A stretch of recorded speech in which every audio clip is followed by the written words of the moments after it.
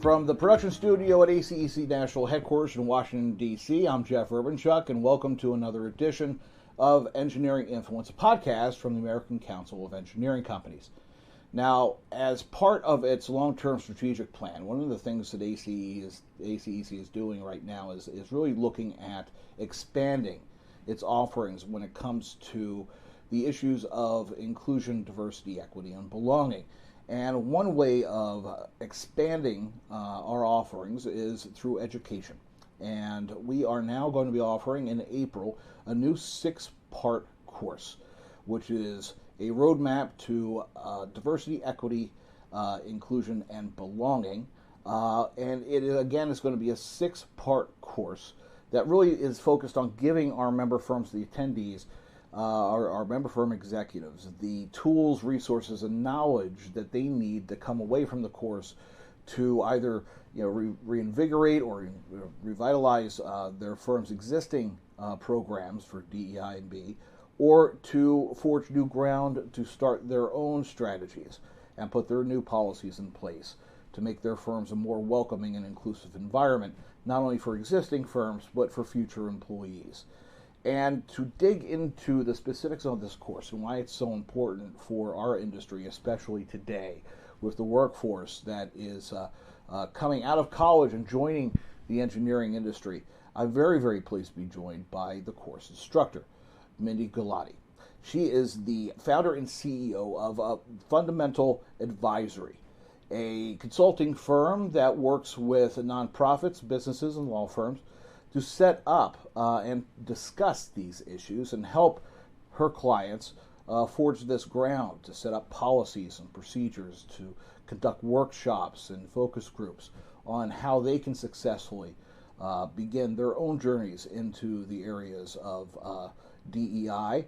And Mindy, thank you very much for joining us today. Thanks. I'm happy to be here. So, Mindy, your experience, you work with a wide range of clients on these issues. Engineering is its own small world and we have kind of a set way of we've been doing things the same way for a very long time, and now there's been this push to change. How is this course being structured to kind of address the needs of engineering executives? Yeah. And I'm excited to be a part of it because what I think is great about this course is it's going to set up your engineering companies, small, mid-size, to really do this work from a thoughtful, intentional place. My background is I'm an attorney, so I know law firm culture very well. Law firms and engineering firms are not so different in their rigidity, in their way of doing things. And I work with lots of engineering firms on their DEI programs. And so what I thought would be interesting for ACEC members is to really give you a place to come to learn about what DEI really is, how you actually implement it within your organization, how you can do that even if you don't have a dedicated DEI person or lead. And then the structure of these courses is meant to be group coaching. And we're going to spend a lot of our time learning, but a lot of time I will be answering questions and diving deep into specifics of the attendees and their firms and what the pain points they're struggling with, maybe some of their goals. And so what I like about this course is it's comprehensive. It is it's not a super long time commitment, but it's enough that you will leave really equipped as a leader to go forward and implement a lot of the DEI efforts that are necessary, in our global economy across the country. You raise a really good point when you say that, especially for those firms that might not have staff that are specifically tasked to setting up these programs. In your experience working with, engineering firms and working with other maybe small businesses or, second stage businesses that are looking to kind of develop these programs, how should a firm first approach, from a blank page, kind of looking at a DEI program? I mean, where do you think it should arise within a business if it's going to be taken as a strategic underpinning? Mm-hmm. Yeah, and great question. And what I'll share with you is I work with some startups that have 4 or 5 people working for them. right? All the way up to big Fortune 500 companies. And it's different depending on the company. And so even if you have 10 employees or 50 employees or 100 employees, you don't need a dedicated person because likely you're small enough that that's really not the best use of your time, energy, and effort. However, the leadership can then drive DEI. Even if you are a Fortune 500 company with all the resources and all the chief diversity officers and managers, you still have to have executives and leadership be fully involved in the program, or it really doesn't work.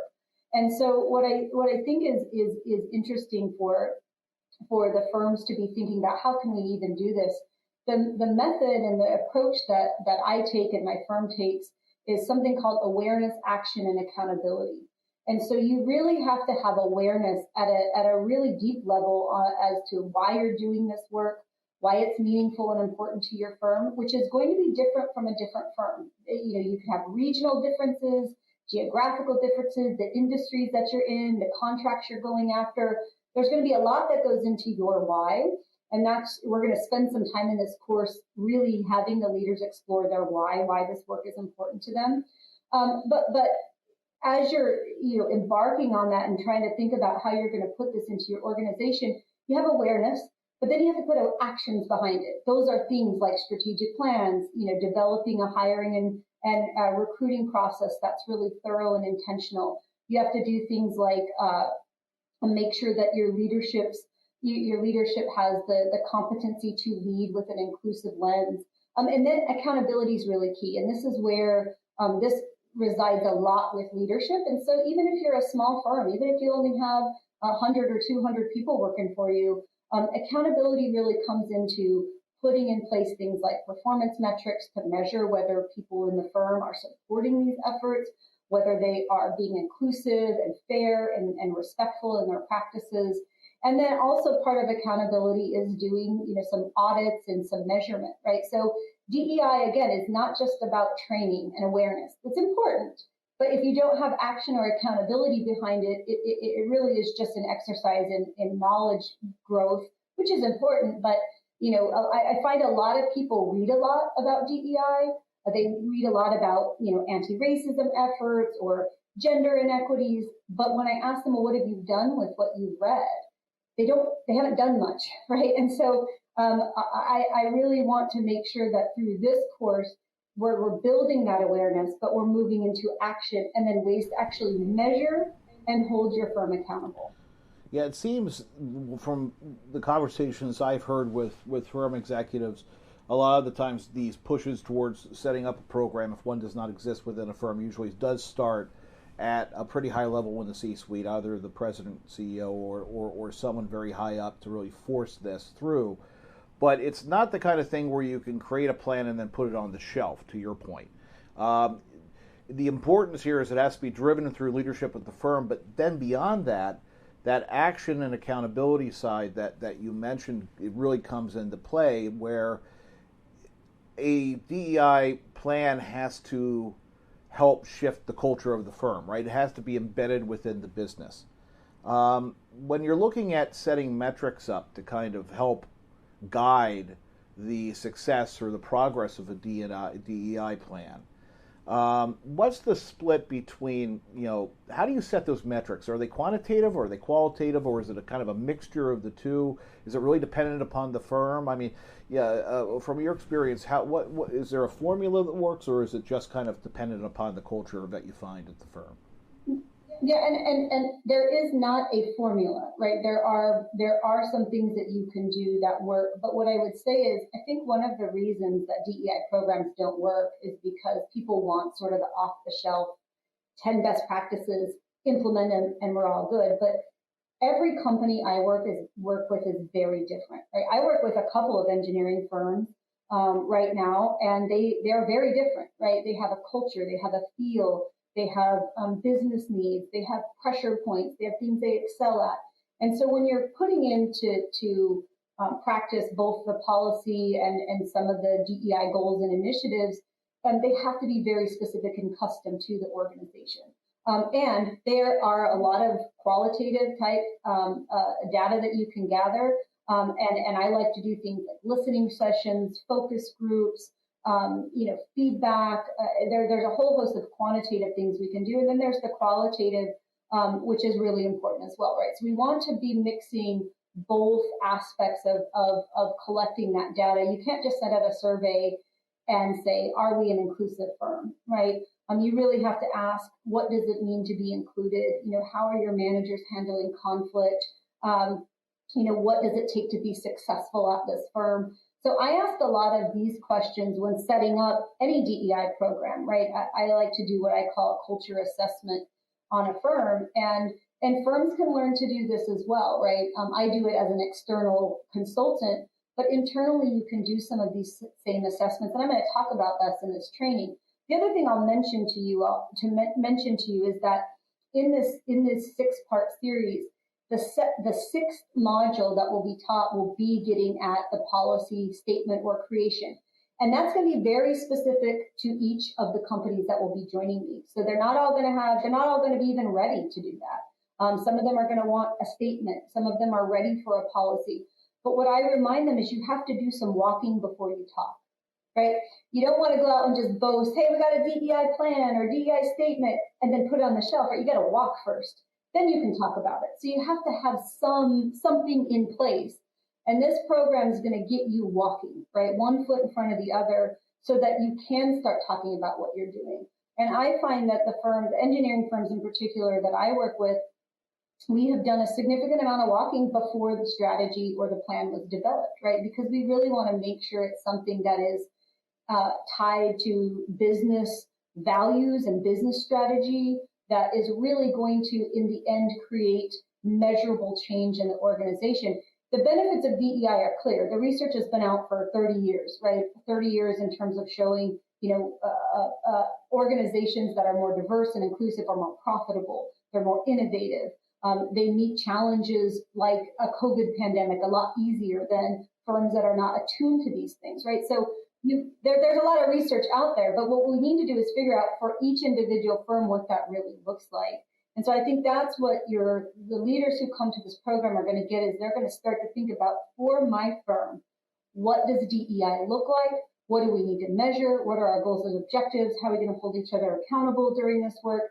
And then that's going to really result in not only a better culture, but better service to your clients. And I see a lot of engineering clients really wanting firms to be more aware and digging into these topics, and I've seen that in RFP requests, and it's really fascinating to watch how it's kind of been evolving over time.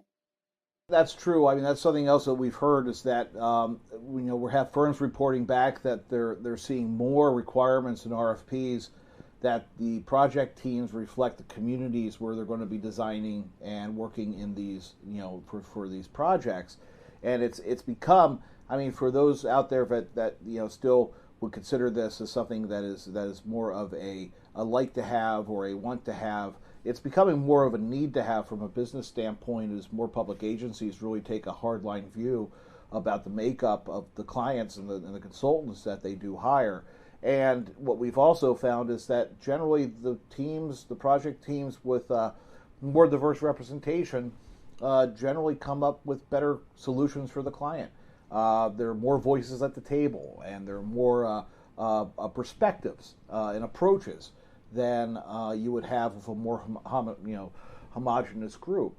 One of the firms I was working with a couple months back, we did a podcast, and we were talking about this, and specifically on how the firm put together its program, and it's something that you touched upon when you were talking about. Really, that how do you make it work? It's that listening session. It's that understanding and getting feedback from employees, that it seems like the firms that have the best of success at these programs are those that will take the time and actually focus on the B part of the DEIB, which is the belonging portion, which is giving everyone an equal seat at the table and making sure that their voices are heard, and not only heard, but taken under consideration, if they feel as though their input hasn't just been registered, but it's actually been received and integrated into the decision-making process. In your experience working with your clients, I mean, have you seen that the firms that actually not only just say, it's one thing to say, yes, we're listening, but the ones that actually actively engage with their employees and solicit input are the ones that are a little bit ahead of the curve? Definitely. And what I would say is, I think that the world has shifted. It was already going this way, but the world has shifted definitely since the pandemic, in that employees want to feel like they have a place where they're contributing to the organization's success. People do not want to go to work and just clock in and clock out, right? They understand that there is a finite amount of time in life, and they want to contribute. And there's a lot of employment surveys that are done across companies, and I look at Gallup surveys and Amplify surveys a lot with some clients that I work with, but just generally out there. And one thing that I see employees really want to contribute. If you are not creating an inclusive, equitable culture that values diversity, you'll never have that belonging, that sense that people can actually contribute to the organization's success. It's not enough to get a group of people together that have different lived experiences and say, fantastic, right? That's meaningless unless you include their perspectives, right? And this is not just diversity of thought. This is diversity of actual lived experience, right? A woman is going to have a different perspective than somebody who's a man, or somebody who's who's Black is going to have a different perspective than someone who's Latino, and we know that, right? And it's about creating a space where your identity, the complexity of your identity, your race, your class, your education, your all the different things that make up our identity, how they really come into play to create the innovative and creative ideas you can bring to the table. And so what I find, especially with younger folks, right, kids who are coming out of college, people coming out of college, they're really looking for organizations where they are going to get there and they are going to be included. I sit in on interviews and people are asking questions like, hey, I'm a queer man and I'm coming to your engineering firm. How am I going to be treated here? And then they're asking this in the interview. So if you're not ready for that, you're going to lose some top talent. And I've heard the opposite in terms of doing assessments, where I have heard queer folks say, I can't disclose at this organization. Like, I'm not letting them know anything about my personal life because it's not something that I feel, I am safe, or I feel that it will be seen as a value add. And I think that, what I want to get organizations to really look at is that when we harness the beauty and complexity of diversity, and bring all of those voices truly to the table for meaningful contribution, that is the goal of all this work, right? DEI has been around, called different things for decades, right? But DEI is really about making sure that people, where we spend most of our lives as adults, is at work, where we really come and we're contributing. And you all, as the leaders and the owners of these firms, that's what you want as well, right? And I think gone are the days where you can just expect people to show up and get their work done without having a sense that they're contributing to something. And the competition is getting fierce in the engineering world because there are a lot of firms who are heavily focused on creating this environment that meets the needs of people and meets the needs of the complexity of life. And they're winning the war on talent. And so I think whether you're a small firm, mid-sized firm, it's really important to understand these things. And it's complex, right? That's why we're going to break it down into individual modules. And again, even with these 6, there's still, hundreds of hours more of learning that you're going to need to do. But this program will set you up with, I think, a really strong foundation to move into your firms with this DEI lens. Yeah, really well put. I think that like you said, the lived experience of the employees, and again, it's just not what everybody talks. Everybody, when everyone talks about these issues, of course, everybody first thinks gender or race, ethnicity, but it's also geography. It's also education. It's also where someone is from compared to where the firm is located, or if you hire from certain schools, that someone who might have been educated outside of your normal group or where you get your general pool of talent might have a different perspective as well. So it's all these different little variables that have to be taken into consideration, and it really is a complex issue. I do want to touch on one of the things that you are going to touch on the later part of the modules, and that's the different types of bias that firms have to kind of recognize. Number one, recognize, and number two, kind of deal with. How are you going to approach that issue, which sometimes is a very thorny issue? Mm-hmm. Yeah, I mean, and I look at it like this. I say, don't be biased about bias, right? Like, you're a human, you have a human brain, you have cognitive biases. You have about 150, 180 cognitive biases. And they are with you, whether you want them there or not. And they affect how you interact in the world. And they affect your decision making, they affect who you like to be around, they affect who you hire, who you promote. And so that section is really going to be an awareness raising exercise to really understand how bias influences your decision making. Look, I work with lots and lots of engineers and lots of lawyers. Both groups like to think they're the most rational, fact-based folks in the world, and that's the only way they make their decisions. But humans make 35,000 decisions a day. They're almost all unconsciously made. And so until we just become comfortable with the fact that you have biases and they're steering you in a direction, you got to be comfortable with it, and then you can start to recognize them, right? And so I have a process that I'll be teaching about how to recognize and identify your biases. It's not a blame and shame, right? Most of your biases are formed in your early childhood. You had zero say in who you were exposed to in your early childhood, right? You had no ability to say, I don't like this idea, I'm moving on, when you're 3 years old, right? So we're going to explore that, but we're going to think about how you actually move your bias, rewrite your script.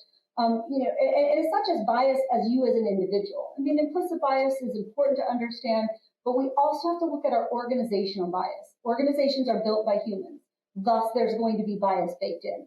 And a lot of it is unintentional. A lot of it is hard to see. But I'm going to teach and give you some tools on how to start to recognize organizational bias, right? Because, again, bias is an output of, it's a human brain function, but what it does is it builds organizations, it builds systems, it builds laws and policies. I'm a lawyer. Lawyers are humans who write laws. They write policy. There is a lot of bias and institutional forms of oppression baked into the world, right? And what I will even say, just an example that just came to me, is there's an RFP right now going out to some engineering firms, and I've been looking at it for a firm I'm working with, and they don't want to just know that you have a diverse team. What this RFP is actually asking for is they want to make sure that your firm can thoroughly evaluate the racial impact of the project on the community, right?